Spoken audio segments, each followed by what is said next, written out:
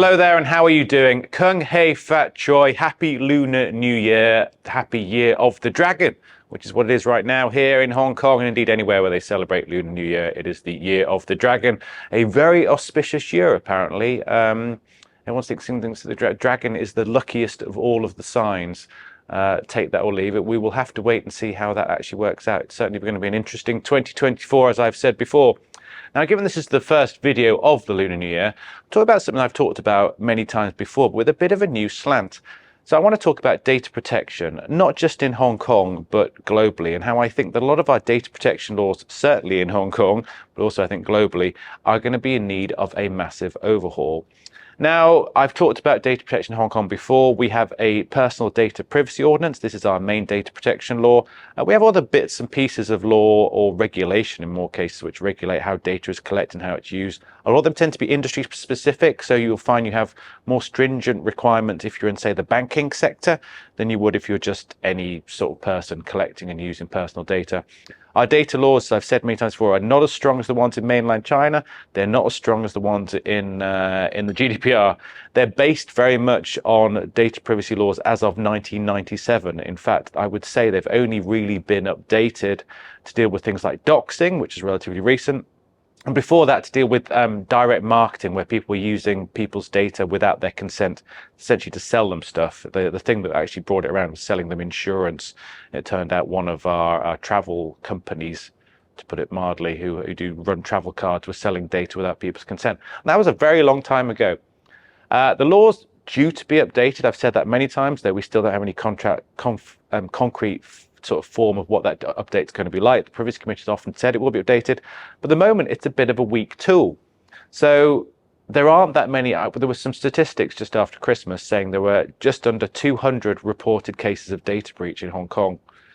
I mean, that's not very many, let's be honest. In a city that is this big, with this many things going on, there's a financial center with lots of businesses. I'm sure there have been lots more data breaches, but because the penalty is pretty low for not reporting it, you're unlikely to get more than a slap wrist for your first offence, then people tend not to report data breaches. And I think that is a big problem.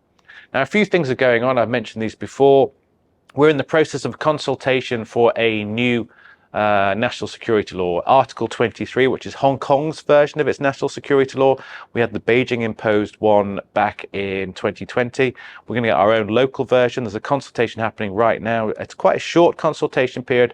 There will be some elements of data protection in that, but I think they're going to focus heavily on state secrets, on sensitive data, on data that relates to the well-being of mainland China and Hong Kong, rather than things that relate to personal data. So I don't think it will make a massive impact, but our law is in desperate need of an update.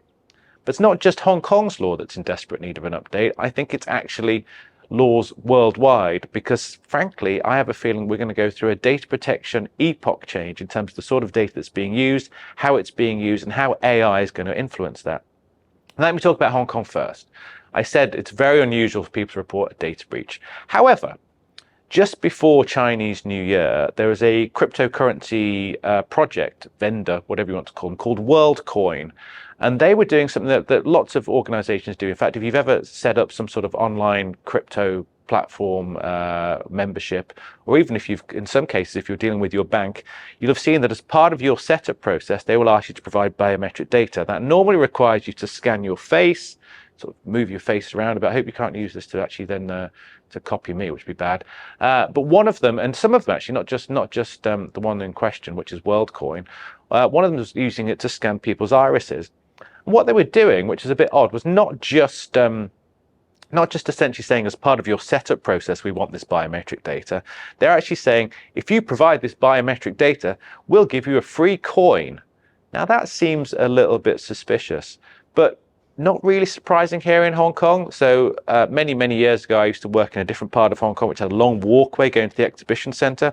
It was not uncommon during a large exhibition, and I think the baby fair, not that they were selling or giving away babies, it was baby products, trust me on this one, was one of the most sort of the biggest examples. It was very hard to get through the walkway, but there are always people asking you to sign up for some sort of product or service or mailing list in return for a free gift.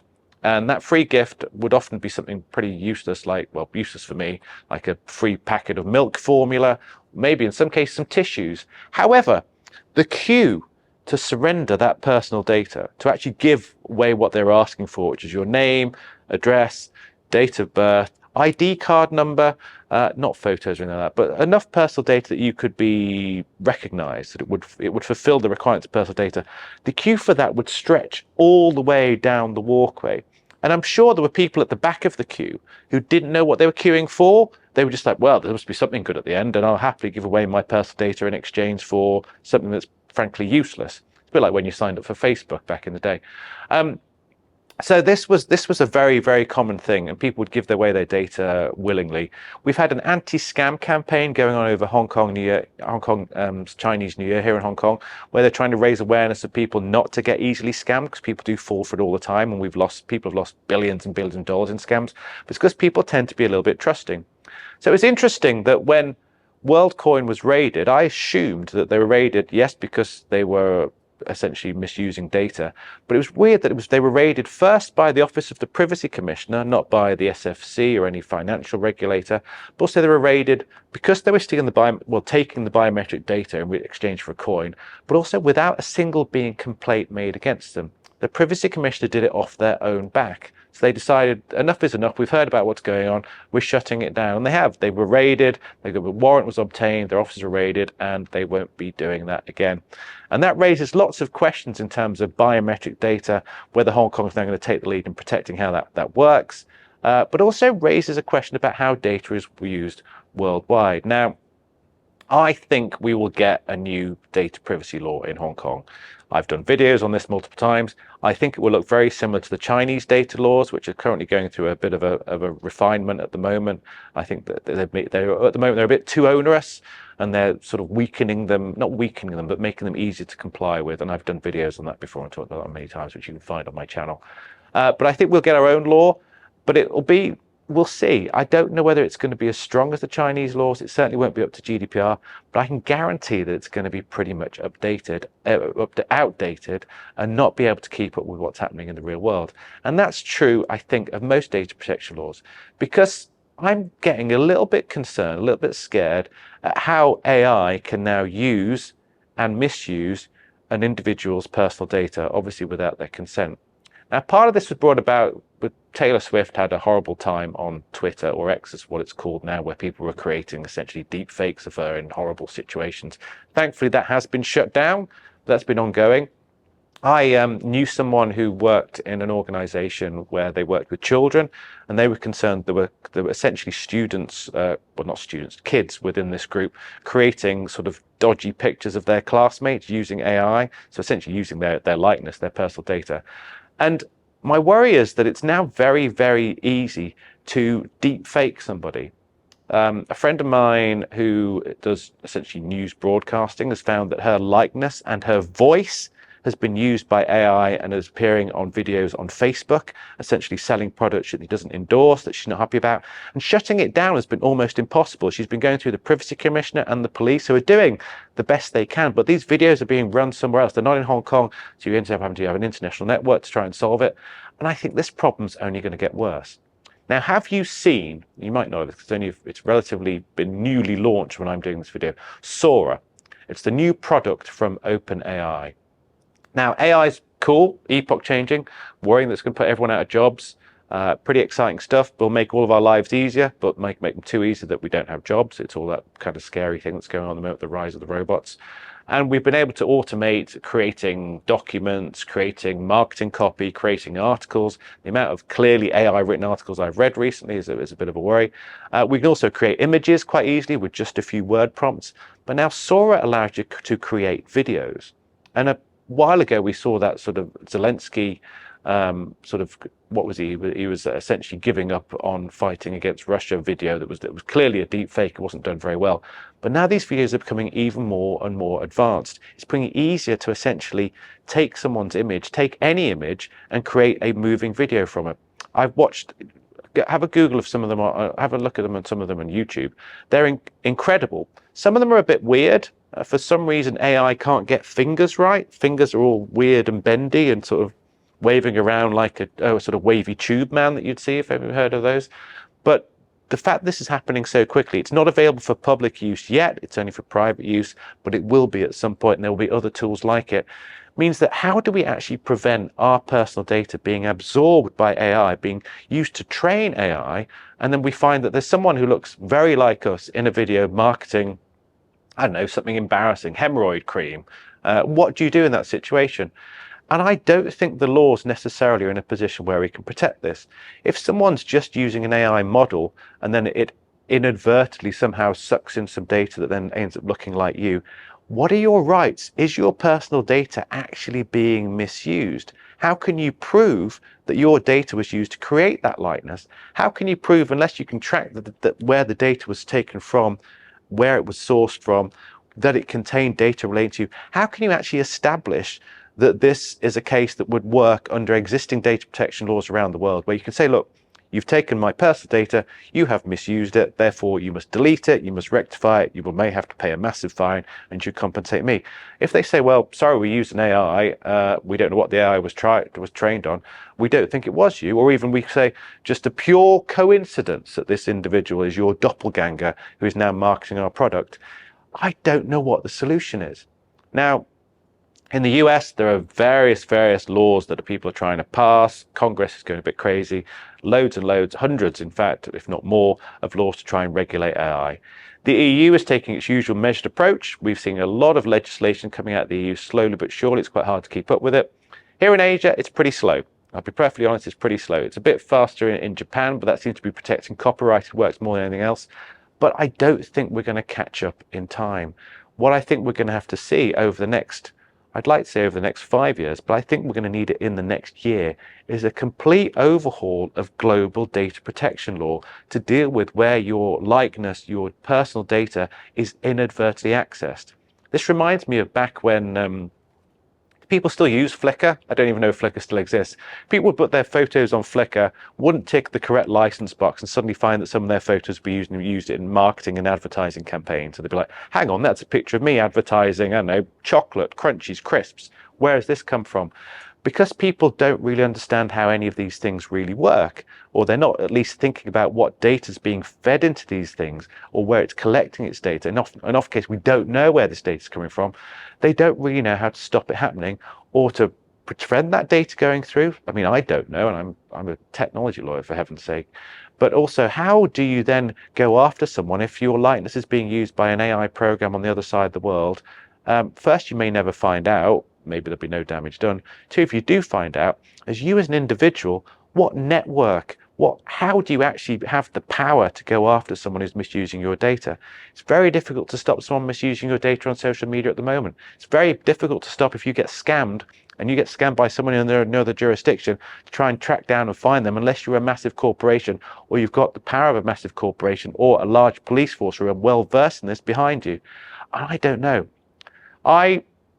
I think what we need is some sort of global initiative, some sort of united front on how we protect individuals' data.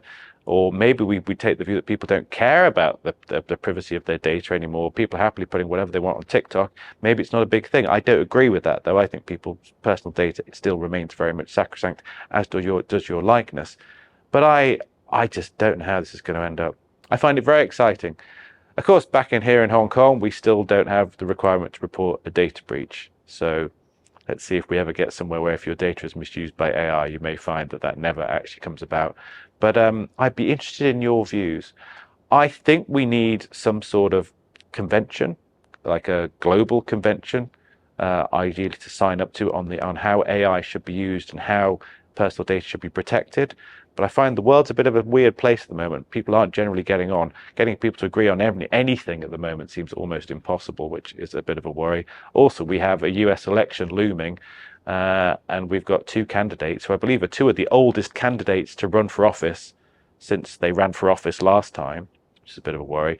And they may not necessarily be up to speed with what they should be doing and how things should change. It may be all too worried about geopolitical situations and sanctioning each other than protecting the individuals and making sure that your data does not be misused. And you suddenly find yourself in an actor in a completely AI-generated soap. You may be world famous, you get no credit for it, you might have a squeaky voice rather than a deep voice, but your face will be the same, for example. but you would have no credit because you're essentially been used by AI, hoovered up, and regurgitated into another format. So yeah, interesting views. I have no answers. I do think, and I've said this before, the law is always way behind technology advancement.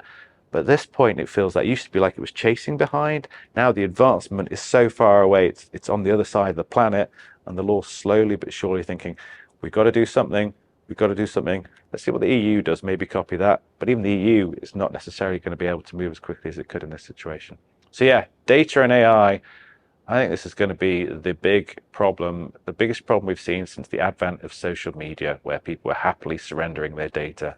Now I think people will find their data being used. They may have surrendered years ago, and it's coming back to bite them. You may want to wonder, you may want to do a Google image search of yourself to see how many images of you are out there, how many videos of you are out there, because these are all the sort of things that would be soaked up by an AI and essentially used in whatever method the AI wants to use to create some content. So yeah, scary stuff. Don't have nightmares. That's it from me. I feel like there should be a seminar on this. We need to get some people in to talk about it because it's such a fascinating idea. I mean, imagine if, for example, you are the villain in an AI-generated movie and everyone hates you and people find out who you are. It's kind of weird and kind of creepy. I'm sure there's a film about this that I've seen. I can't remember the name of. Where an actress, her likeness is essentially used without her consent. But at least in that one, she was paid for it, I believe, but she didn't realize what the terms were. This one, we're all sort of unwitting games in the fact that AI is accessing everything that may be available relating to us. But anyway, as I said, don't have nightmares. That's it from me. I'll be back soon with another video. I'm doing some more in-person events in the not too distant future. Now that Hong Kong's over its big holiday gap. I'll put details of those on LinkedIn as always. Do follow me if you're interested, and do like and subscribe if you liked this video, because it does help me get a bit of recognition, whether that's you found it on LinkedIn or on YouTube, or you just stumbled across me wherever. Unless, of course, you stumbled across the AI version of me, which isn't really me, which would be quite scary indeed. Anyway, have a good one. I'll see you soon. Take care.